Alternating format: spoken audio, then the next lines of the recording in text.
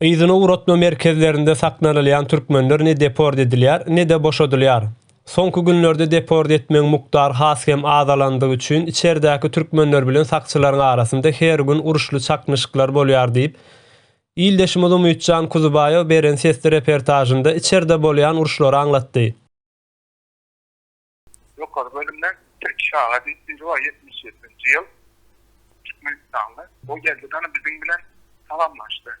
Son güvenliklerde yürüp başladı. Böyle yakınlaşma bunların yanına zaten değil. Son olamaydı. Ben dedi salamlaş otur dedi. Yaman zaten edem yok dedi. Salamlaş dedi. Güvenlik. Sonra işte sen benim dedi Allah'ın salamına dedi karşı bilmezsin dedi. Ben doğallarım bilen salamlaşan dedi. Türkşah'a işte. Ondan o tayda tartıştılar.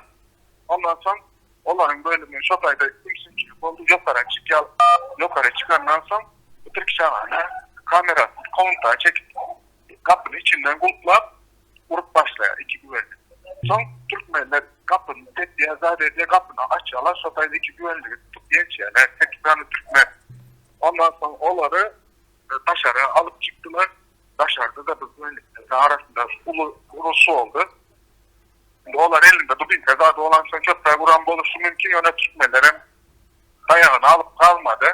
Ondan sonra onları başka bölüme aldılar. Yani düğünem güvenliklerden arasında bunların vuruşu oldu. Düğünem vuruşu oldu.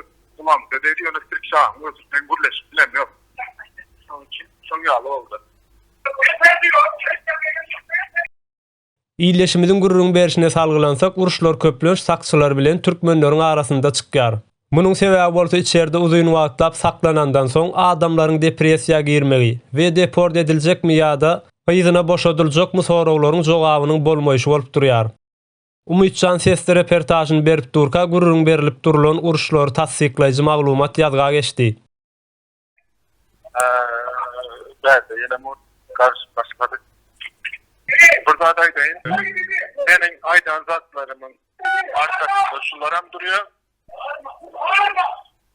Onlar hem benim aydanımın arkasında duruyor. Yani birbirimizin şahidimiz uzatların hassaslığı var arada. Hollanda ötüyorum ortalık karşı verdiğine de Türkmenler güvenlikler arasında.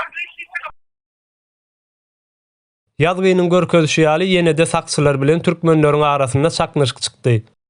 Yzyny uratma merkezlerde bu ýagdaý günlük durmuşyň bir bölegi bolup, ol ýerdäki Türkmenistanyň ýurtdaşlary özlerini beýlekilerden aýratyn alyp barýarlar.